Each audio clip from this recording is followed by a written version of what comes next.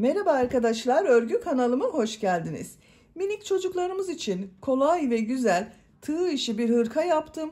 Bugün bu hırka anlatımını sizlerle paylaşmak istiyorum. Ben kız bebek için pembe renkli yaptım ama siz aynı modeli farklı renkler kullanarak erkek bebekler için de yapabilirsiniz. Hem kız hem erkek bebekler için uygun bir model. Hırka örgüsüne yakadan zincir yaparak başlıyoruz. 0-1 yaş bebekler için bu yaka başlama sayısını benimle aynı sayıda başlayabilirsiniz. Tek yapmanız gereken bu arttırma sırasını daha az veya daha çok yapmak. Yeni doğan bebek için yapacaksanız 2 sıra önce bitirirseniz yeni doğan bebek için olur.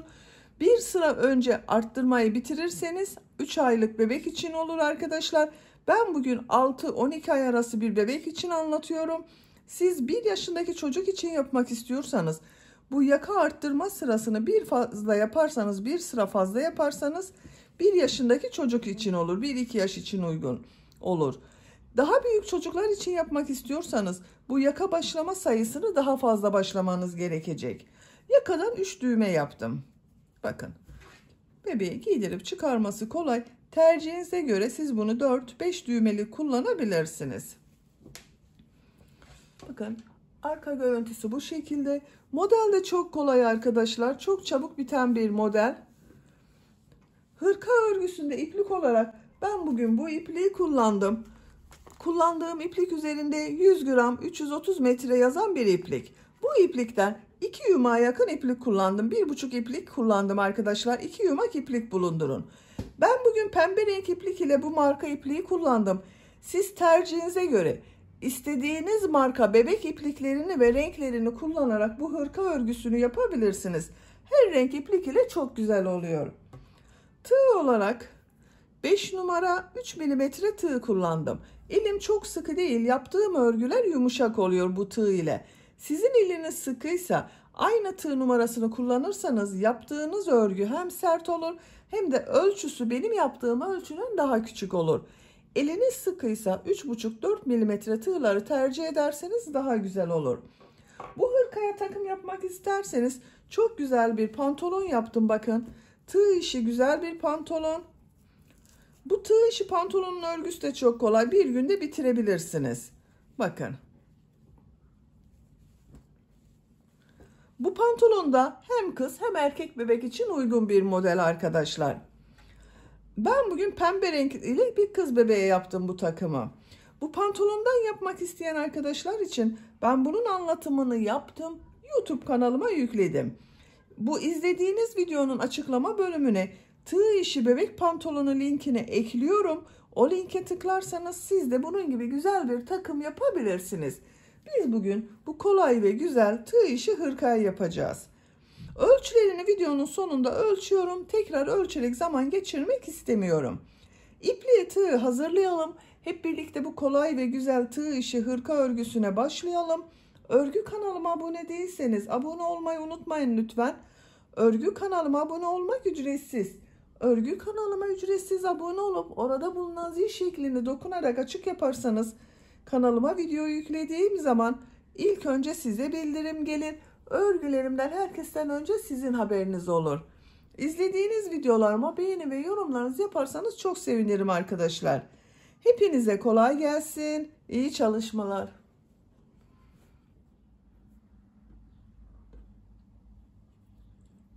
Örgüye yakadan zincir yaparak başlıyorum. İlk ilmeği ben bu şekilde yapıyorum. Zincirleri yapmaya başlıyorum. Çok sıkı zincirler yapmıyorum. Bakın bu şekilde çok sıkı olmayan zincirler yapıyorum. 68 zincir yapalım. 68 zincir yaptım. Çok sıkı zincirler yapmadım. Bu 68 zincirin kaç santimetre olduğunu ölçüyorum. 28 santimetre zincir uzunluğu var. Benim elimin sıklığına göre 28 santimetre için 68 zincir yaptım arkadaşlar. Sizin eliniz sıkıysa daha fazla zincir yapmanız gerekebilir. 3 zincirde dönüş için yapıyorum. 1, 2, 3. Tığ üzerine iplik alıyorum. 3 ilmek atlıyorum. 1, 2, 3. 4. ilmeğe trabzan yapıyorum.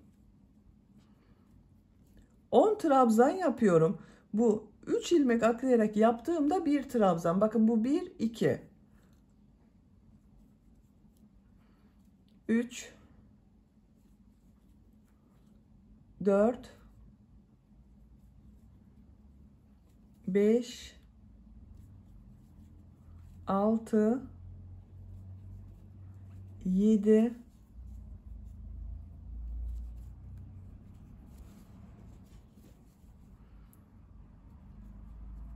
8,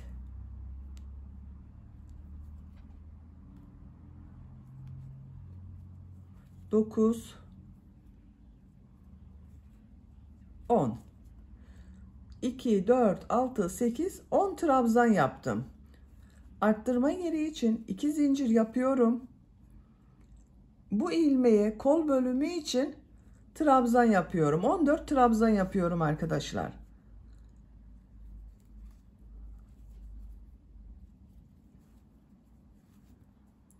...14 trabzanı yapalım.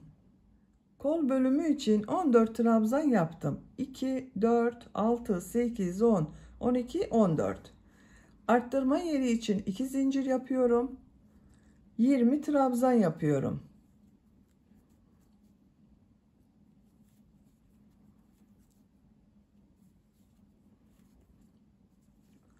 Siz buraya kaç trabzan yaptıysanız buraya yaptığımız trabzanın 2 katı olacak. Ben buraya 10 trabzan yaptım. Buraya 20 trabzan yapıyorum. 20 trabzanı tamamlayalım. 20 trabzan yaptım. Bakın görüntüsü bu şekilde oldu. Arttırma yeri için 2 zincir yapıyorum. Kol bölümündeyim arkadaşlar. Bu kol için 14 trabzan yaptım. Buraya da 14 trabzan yapıyorum.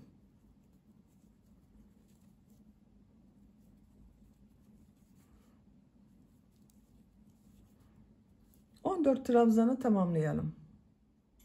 Diğer kol bölümü için 14 trabzan yaptım. Arttırma yeri için 2 zincir yapıyorum. 10 trabzan yapıyorum.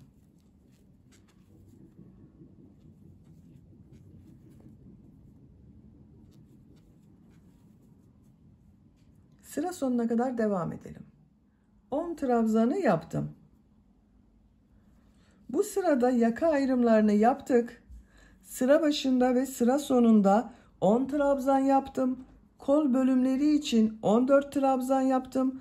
Buraya da bunların ikisi toplamı olan 20 trabzan yaptım. İkinci sıradayım. Bir zincir yapıyorum. Örgüyü çeviriyorum. İlk ilmek üzerine trabzan yapıyorum. Diğer ilmeklere trabzan yaparak devam ediyorum. 10 trabzan yapıyoruz.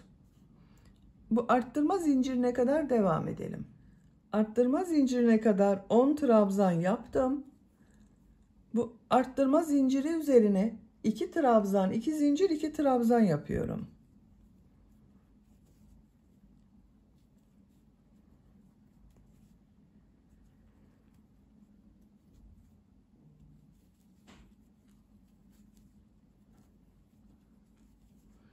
İki trabzan, 2 zincir, 2 trabzan yaptım. Kol bölümünde 14 trabzan yaptım arkadaşlar. 14 trabzan yapıyorum.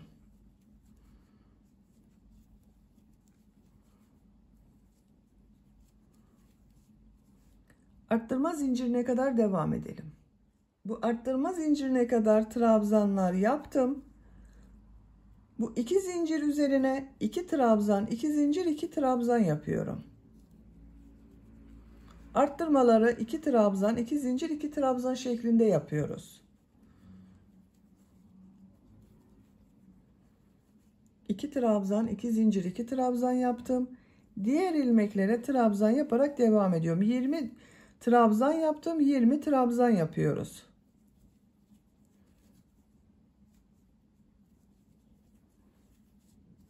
Buraya kadar devam edelim. Arttırma zincirine kadar trabzanlar yaptım. Buraya 2 trabzan, 2 zincir, 2 trabzan yapıyorum.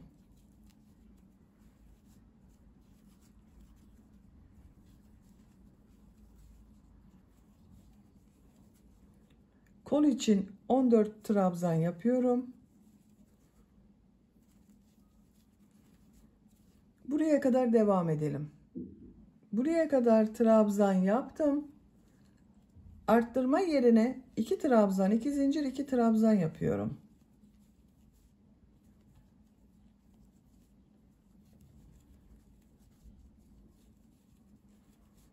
Bu 10 ilmek üzerine 10 trabzan yapıyorum. Sıra sonuna kadar devam edelim. Sıra sonuna kadar tamamladım. Sıra sonunda bakın bir alt sırada 3 ilmek atlayarak yaptığım bir trabzan var. Bunun 3. ilmeğe tığ takıyorum. Trabzan yapıyorum. Buraya da 10 trabzan yaptım arttırmadan sonra. Bir zincir yapıyorum. Örgüyü çeviriyorum. Bu sırada yine arttırma yapacağız. Bu arttırma yerlerinde bir trabzan, 2 zincir, bir trabzan şeklinde arttırma yapacağız. İlk ilmeğe trabzan yapıyorum. Diğer ilmeklere trabzan yaparak devam ediyorum. Buraya kadar devam edelim. Arttırma yapacağım yere kadar trabzanları yaptım. Arttırma zincirinin üzerine bir trabzan, 2 zincir, bir trabzan yapıyorum.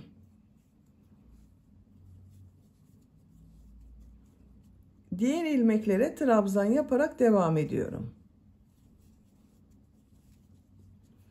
Arttırmayı bir trabzan, 2 zincir, bir trabzan şeklinde yaptım. Buraya kadar devam edelim. Arttırma yerine kadar trabzanları tamamladım. Buraya yine bir trabzan, 2 zincir, bir trabzan yapıyorum.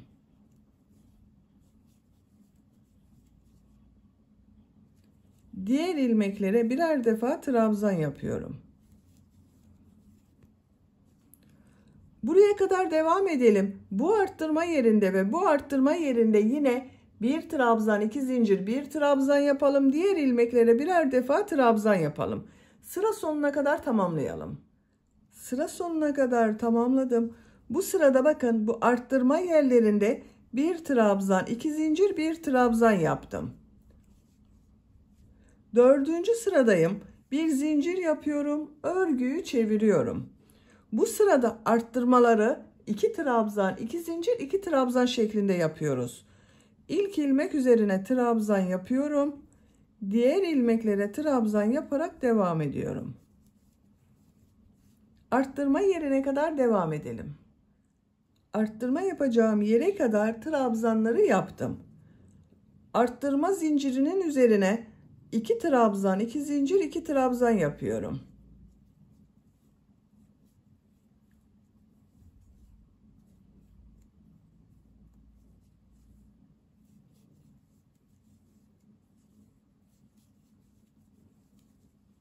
İki trabzan, 2 zincir, 2 trabzan yaptım.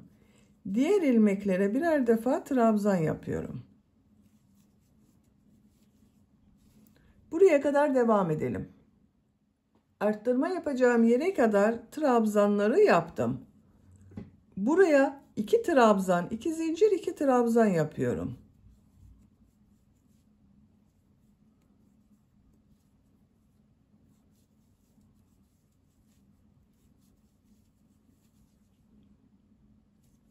Diğer ilmeklere birer defa trabzan yapıyorum. Bakın bu sırada arttırmaları 2 trabzan, 2 zincir, 2 trabzan şeklinde yapıyoruz. Bu arttırma yerinde ve bu arttırma yerinde de 2 trabzan, 2 zincir, 2 trabzan yapalım. Diğer ilmeklere birer defa trabzan yapalım. Sıra sonuna kadar tamamlayalım. Sıra sonuna kadar tamamladım. Bakın arttırma yerlerinde 2 trabzan, 2 zincir, 2 trabzan yaptım. Diğer ilmeklere birer defa trabzan yaptım. 4. sırayı bitirdik. Yakanın görüntüsü bu şekilde oldu.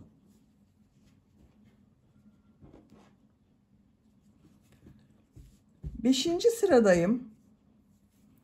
Bir zincir yapıyorum, örgüyü çeviriyorum. İlk ilmeğe trabzan yapıyorum. Diğer ilmeklere trabzan yaparak devam ediyorum. Arttırma yerine kadar devam edelim. Arttırma yapacağım yere kadar trabzan yaptım. Arttırma yerine bu sırada bir trabzan, 2 zincir, bir trabzan yapıyorum.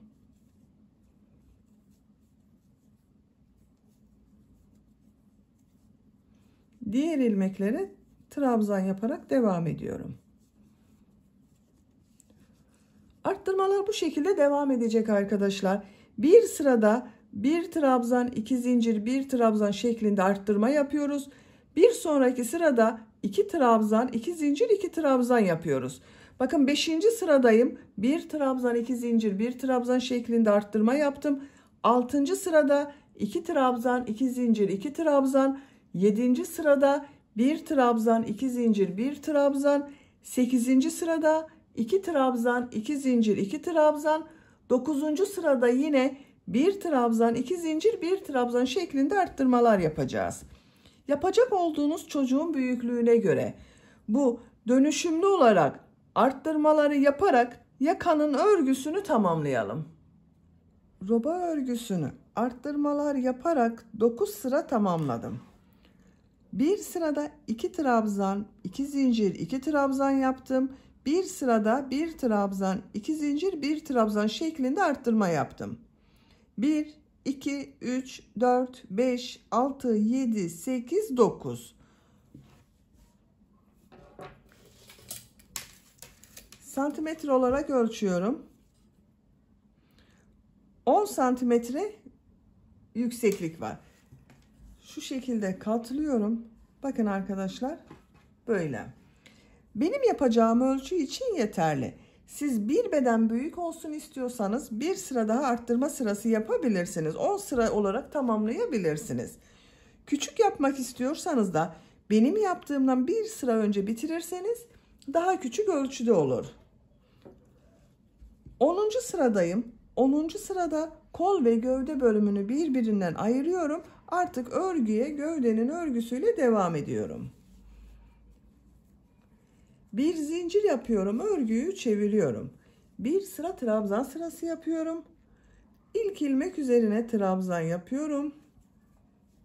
Diğer ilmeklere trabzan yaparak devam ediyorum.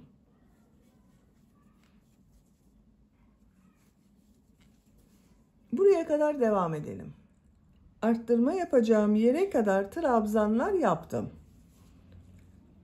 Bu iki zincir üzerine iki trabzan yapıyorum. Kol altı için bir zincir yapıyorum. Tığ üzerine iplik alıyorum. Kolda bulunan bütün ilmekleri atlıyorum. Arttırma yerine 2 trabzan yapıyorum. Diğer ilmeklere trabzan yaparak devam ediyorum. Bakın, kol bölümünü ayırdım. Ön ve arka bölümü birleştirdim. Buraya kadar devam edelim. Arttırma zincirine kadar trabzanları yaptım. Buraya 2 trabzan yapıyorum.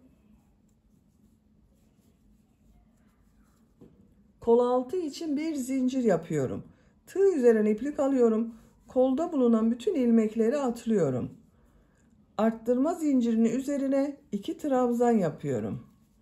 Bakın, diğer kolu da burada ayırdık. Diğer ilmeklere birer defa trabzan yapıyorum. Sıra sonuna kadar devam edelim. Sıra sonuna kadar tamamladım. Bu sırada bakın, kol ve gövde bölümünü birbirinden ayırdım. Ön ve arka bölümü birleştirdim. Artık örgü gövdenin örgüsüyle devam edecek.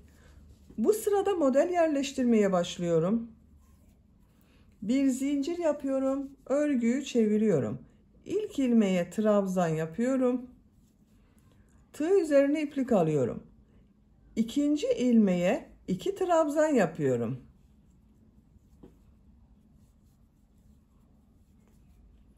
Tığ üzerine iplik alıyorum. Bir ilmek atlıyorum. İkinci ilmeğe 2 trabzan yapıyorum.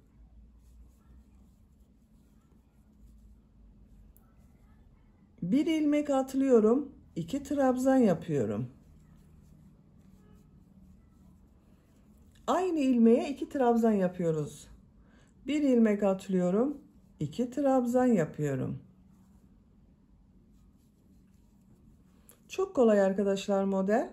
Bu şekilde sıra sonuna kadar devam edelim. Sıra sonuna kadar tamamladım. Son ilmeğe bir trabzan yapıyorum. Bu sırada bir ilmeğe 2 trabzan yaptık. Bir ilmek atladık. Bir ilmeğe 2 trabzan yaptık. Model bu arkadaşlar. Bir zincir yapıyorum. Örgüyü çeviriyorum. İlk ilmek üzerine trabzan yapıyorum. Tığ üzerine iplik alıyorum. Bu sırada bu 2 trabzan ortasına, bakın model yaptığımız 2 trabzan var. Bunun ortasına 2 trabzan yapıyorum.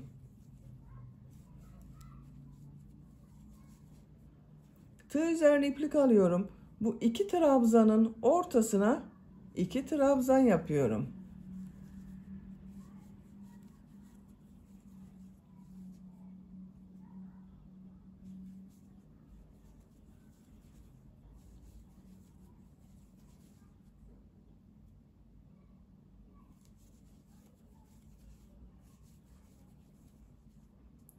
Sıra sonuna kadar devam edelim.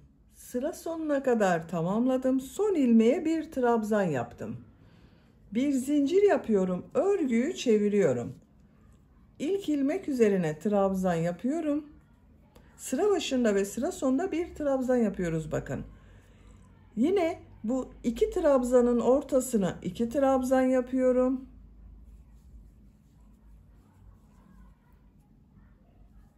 Model gördüğünüz gibi çok kolay.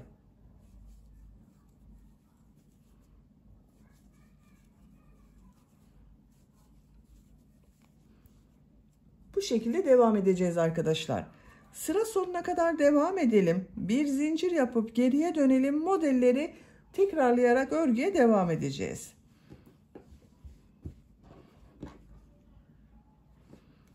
Yapacak olduğunuz çocuğun büyüklüğüne ve tercihinize göre bu model sırasını istediğiniz kadar tekrarlayarak gövdenin örgüsünü tamamlayalım.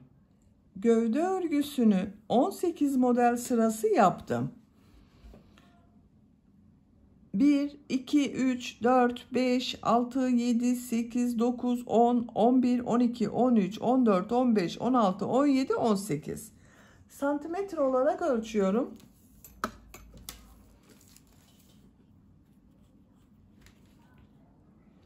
18 santimetre yükseklik var. Tercihinize göre siz bunu 1-2 sıra devam edebilirsiniz veya 1-2 sıra eksik yapabilirsiniz. Bakın görüntüsü bu şekilde oldu.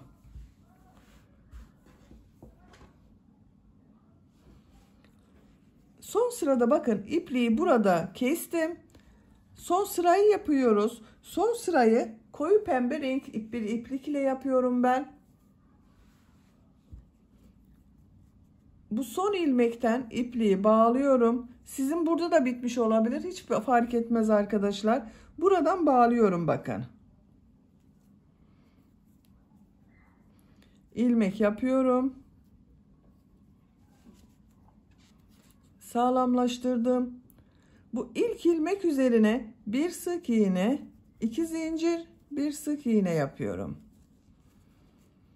Bir ilmek atlıyorum. İkinci ilmeğe bir sık iğne, 2 zincir, bir sık iğne yapıyorum. Bir ilmek atlıyorum.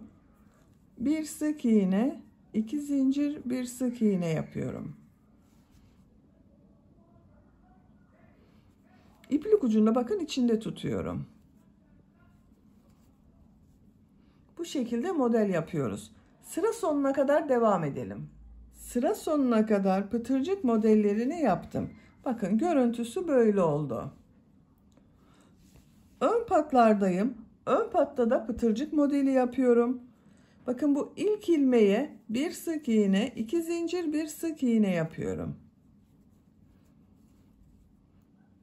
Bir ilmek atlıyorum, bir sık iğne, 2 zincir, bir sık iğne yapıyorum. Trabzan boşluğunu atlıyorum. Bir sık iğne, 2 zincir, bir sık iğne yapıyorum. Bu ilmeğe de bir sık iğne, 2 zincir, bir sık iğne yapıyorum. Trabzan boşluğunu atlıyorum. Bir sık iğne, 2 zincir, bir sık iğne yapıyorum.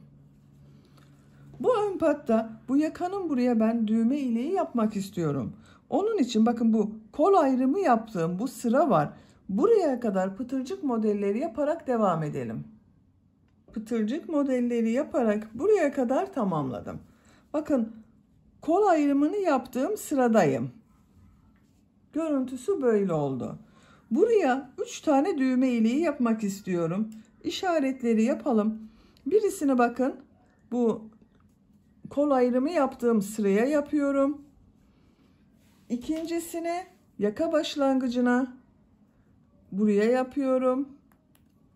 Üçüncüsünde ikisinin ortasına. Bakın şu şekilde katladım. Ortaya gelen yere üçüncü düğmeyi yapıyorum.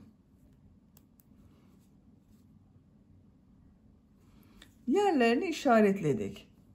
Siz isterseniz 4 veya 5 düğme yapabilirsiniz. Onun için bakın birisini buraya, birisini buraya yapabilirsiniz. İşareti çıkarıyorum. Bakın ilk işareti. En son pıtırcık modeli yaptım. Buraya bir sık iğne yapıyorum. Düğme iliği için 7 zincir yapıyorum. Aynı ilmeğe sık iğne yapıyorum. İlk düğme iliğini yaptım. Bu ilmeğe bir sık iğne, 2 zincir, bir sık iğne yapıyorum. Trabzan boşluğunu atlıyorum. Bir sık iğne, 2 zincir, bir sık iğne yapıyorum. Bir sık iğne, 2 zincir, bir sık iğne yapıyorum. Bakın ikinci düğme iliğinde buraya yapıyorum. Buraya 1, 2, 3 pıtırcık modeli yaptım. Bir sık iğne yapıyorum. Düğme iliği için 7 zincir yapıyorum. Sık iğne yapıyorum. İkinci düğme iliğini yaptım. Bir ilmek atlıyorum. Bir sık iğne, 2 zincir, bir sık iğne yapıyorum. Bir ilmek atlıyorum. Bir sık iğne, 2 zincir, bir sık iğne yapıyorum. Trabzan boşluğunu atlıyorum. Bir sık iğne, 2 zincir, bir sık iğne yapıyorum. Bakın bu iki düğme iliği arasına 3 pıtırcık yaptım. Buraya da 3 pıtırcık modeli yaptım. Üçüncü düğme iliğini bu yaka başlangıcına yapıyorum. Bir sık iğne yapıyorum. Düğme iliği için 7 zincir yapıyorum. Aynı ilmeğe sık iğne yapıyorum. 3 düğme iliğini yaptık. Yakanın çevresinde de pıtırcık modelleri yaparak devam ediyorum. Bu ilk ilmeğe bir sık iğne, 2 zincir, bir sık iğne yapıyorum. Bir ilmek atlıyorum. Bir sık iğne, 2 zincir, bir sık iğne yapıyorum. Bir ilmek atlıyorum. Bir sık iğne, 2 zincir, bir sık iğne yapıyorum. Bakın bu şekilde. Yaka çevresinde pıtırcık modelleri yapalım. Diğer ön patta da burada yaptığımız gibi pıtırcık modelleri yapacağız. Buraya kadar tamamlayalım. Pıtırcık modelleri yaparak buraya kadar tamamladım. Bakın yaka çevresinde pıtırcık modelleri yaptım. Diğer ön patta da devam ettim. En son modeli bu ilk yaptığım bir ilmek var. Bununla ilmek kaydırma yaparak bitiriyorum. İpliği kesiyorum.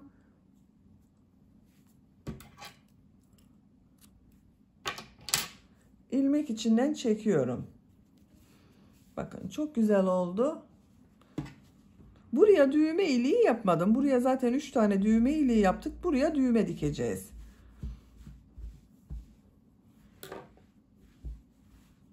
Bakın arkadaşlar gövde bölümü çok güzel oldu. Şimdi kol örgüsünü yapalım.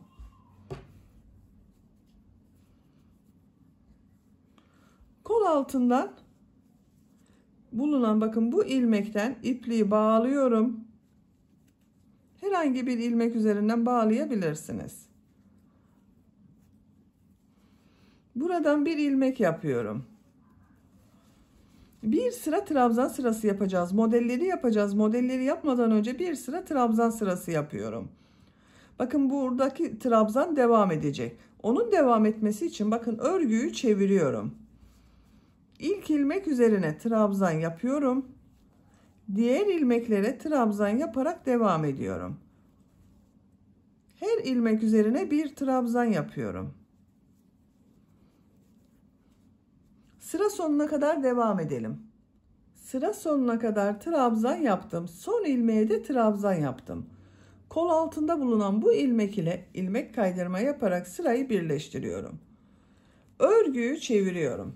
Örgüyü çevirerek örüyorum arkadaşlar. Burasıyla aynı olsun diye bakın örgüyü çevirerek örüyorum.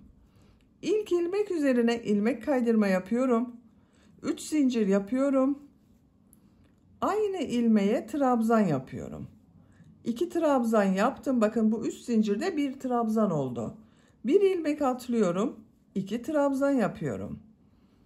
Aynı ilmeğe 2 trabzan yapıyoruz. Burada yaptığımız modeli yapıyoruz. Bir ilmek atlıyorum. Aynı ilmeğe 2 trabzan yapıyorum. Bir ilmek atlıyorum. 2 trabzan yapıyorum. Sıra sonuna kadar devam edelim. Sıra sonuna kadar modelleri yaptım. Son yaptığım modeli, ilk yaptığım bakın bu model ile boşluğa tığ takarak ilmek kaydırma yapıyorum, birleştiriyorum. Bu sırada modelleri yerleştirdik. İkinci sıradayız. Bakın kol örgüsünde örgüyü çeviriyorum. Siz isterseniz bakın buraya üst zincir yapıp modele devam edebilirsiniz. Ama o zaman bu kol örgüsü ile gövde örgüsü farklı olur arkadaşlar görüntü olarak. O farklı olmasın diye onun için bakın örgüyü çeviriyorum. Bu ilk model ortasına boşluğa tığ takıyorum. İlmek kaydırma yaparak geçiyorum. 3 zincir yapıyorum. Aynı ilmeğe trabzan yapıyorum bakın. İlk modelimin ortasına modeli yaptım. Bu 2 trabzan ortasına 2 trabzan yapıyorum. Trabzan ortasına 2 trabzan yapıyorum. Sıra sonuna kadar devam edelim. Sıra sonuna kadar modelleri yaptım. İlk model ile ilmek kaydırma yaparak birleştiriyorum. Örgüyü çeviriyorum. İlk modelin ortasına boşluğa ilmek kaydırma yapıyorum. 3 zincir yapıyorum. Aynı boşluğa trabzan yapıyorum. Diğer 2 trabzan ortasına 2 trabzan yapıyorum. 2 trabzan ortasına 2 trabzan yapıyorum. Bakın kol örgüsü bu şekilde devam edecek. Kolun örgüsünü gövdenin sırası kadar da yapabilirsiniz. 1 veya 2 sıra eksik de yapabilirsiniz. Kolun örgüsünü yapacak olduğunuz çocuğun büyüklüğüne göre tamamlayalım. Kol örgüsünü 17 model sırası yaptım. 1, 2, 3, 4, 5, 6, 7, 8, 9, 10, 11, 12, 13, 14, 15, 16, 17. Gövde bölümünü 18 model sırası yaptım. Kol bölümünü gövde bölümünden bir sıra eksik yaptım. 17 sıra yaptım. Şu şekilde bakın görüntüsü böyle. Santimetre olarak ölçüyorum. 16 santimetre kol altı yüksekliği var. Benim tercihime göre bu yeterli arkadaşlar. Siz isterseniz 1-2 sıra modellere devam edebilirsiniz. Diğer kol örgüsünü ben yaptım. Bakın bu şekilde bitirdim. Kol ucunu bu şekilde yaptım. Şimdi bu kol ucunu sizinle birlikte yapalım. Bakın en son ilmek kaydırma yaparak sırayı birleştirdim. Bir zincir yapıyorum. İlk ilmeğe sık iğne yapıyorum. Bir ilmek atlıyorum. 3 ilmeğe sık iğne yapıyorum.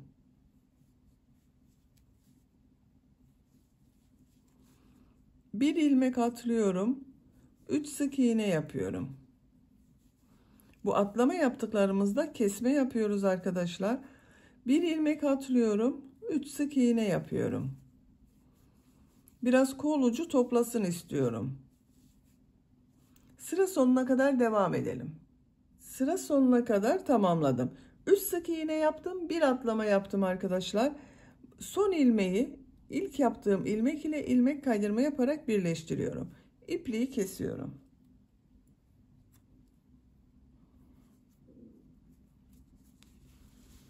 Bakın bu şekilde topladı, biraz daha bir dar kol oldu. Şimdi kol ucunu yapıyorum. Bu kenarda yaptığım pıtırcık modellerini yapıyorum. Bu ilmekten ipliği bağlıyorum. Şu şekilde bakın, ilmek yaparak bağlama yapıyorum bu sefer.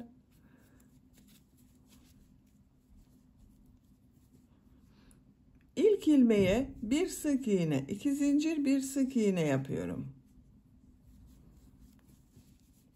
Bir ilmek atlıyorum. Bir sık iğne, 2 zincir, bir sık iğne yapıyorum. Bir ilmek atlıyorum. Bir sık iğne, 2 zincir, bir sık iğne yapıyorum. Sıra sonuna kadar devam edelim. Sıra sonuna kadar modelleri yaptım. İlk ilmek ile ilmek kaydırma yaparak birleştiriyorum. İpliği kesiyorum, ben kestim. İlmek içinden çekiyorum. Bakın arkadaşlar, bu şekilde oldu. Hırkanın örgüsünü bitirmiş oldum. Bakın çok güzel oldu. Yakasının buraya da düğmesini dikip kullanabiliriz. Bitmiş olarak size ölçülerini söylüyorum. Kol altının buradan gövde genişliğini ölçüyorum. 25 santimetre. Yüksekliğini ölçüyorum. Kol altından gövde yüksekliği 19 santimetre. Omuzdan yükseklik 31 santimetre. Kol yüksekliğini ölçüyorum. 27 santimetre. Kol altından yükseklik 17 santimetre. 6 aylık bebek için yaptım. Çok güzel oldu. Beni dinlediğiniz ve izlediğiniz için hepinize çok teşekkür ederim.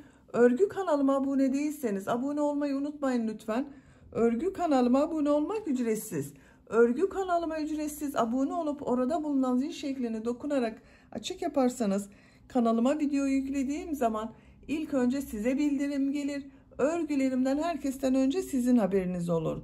İzlediğiniz videolarıma beğeni ve yorumlarınızı yaparsanız çok sevinirim arkadaşlar. Sizlerle yeni örgülerde görüşmek dileğiyle. Hoşça kalın, sevgiyle kalın.